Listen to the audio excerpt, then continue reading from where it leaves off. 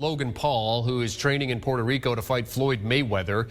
His brother Jake Paul signed a deal with Showtime for his next fight. I mean, BC, are these two brothers the next big thing in boxing?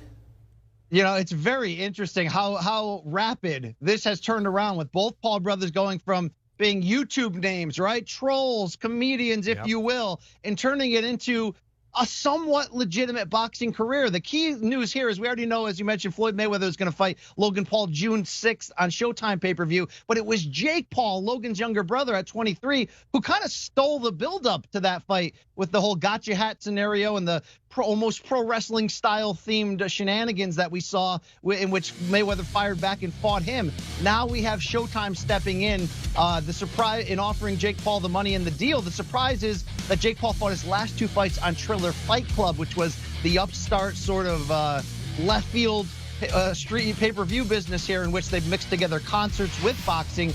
Now Showtime getting involved, and while that might look like a surprise, let's not forget Showtime was the people that put on Floyd Mayweather and Conor McGregor, which is the second highest grossing pay-per-view in combat sports history, and paired boxer versus MMA fighter.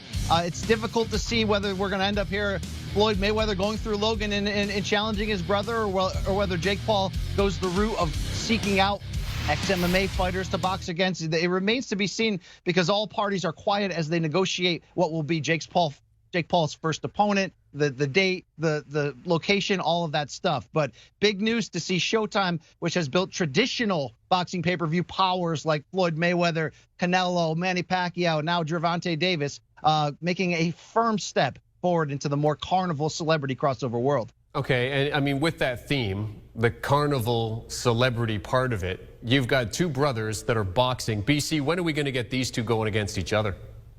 Now, that is a question that I'm sure a lot of us in the journalism game want to ask him, because it's been so bizarre up to this point, all the theatrics that come with these two YouTube crossovers and trying to make a deal in boxing. Let's not forget the Klitschko brothers, which were heavyweight champions in legitimate boxing over the last couple of decades. They'd always promised their mother they would not fight each other, even though both of them ruled over the division, holding all four titles for some time. I don't know what this means for the Paul brothers in that regard, but I think of the two, Jake, who's 3-0 as a professional, seems to be more invested in maybe trying to do this as legitimate as possible. Will he turn out to be boxing's version of Kimbo Slice? It's interesting to sort of make that comparison, but either way, people care, and they're going to watch when Jake Paul puts the gloves back on. I don't know how you get two heels to turn heel, but I guess we'll find out down the stretch. Boxing has been pushed to the rear view with the emergence of MMA and UFC, in a sense. So what does the emergence of the Paul brothers mean for the sport overall? You know, it's weird in a sense, because you can only put so much lipstick on the pig here. I love boxing. Boxing will also break your heart, and it's a ridiculous game that has long sort of welcomed in so many shenanigans and different forces going behind it, controversially, let's say. It's not much of a stretch for boxing to have this era that we're seeing right now. Maybe it started with Mike Tyson and Roy Jones coming out of retirement for their exhibition last year that did big numbers, but it's certainly extending across the lines of these celebrity crossover ones, whether it be the Paul brothers against ex-NBA players, retired UFC fighters, whatever. It's showing you that at the very least, if the best aren't going to fight the best in the traditional sense of boxing, there's still a hungry market, and certainly for this crossover type of just getting that big fight pay-per-view feeling where it's two guys going together, where you know their backstories.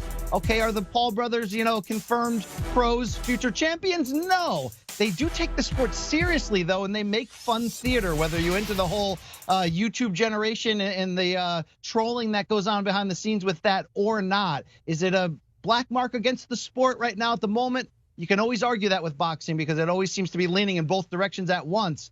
Yet the old sport will be all right, and we still have some very good actual fights this calendar year that we're expecting, that I think there's room for everyone in this circus. I mean, and that's the credit to them, I guess. I mean, yeah, they've got a lot of detractors, but at the same time, they do take the sport seriously, which is certainly a credit to them and the sport itself.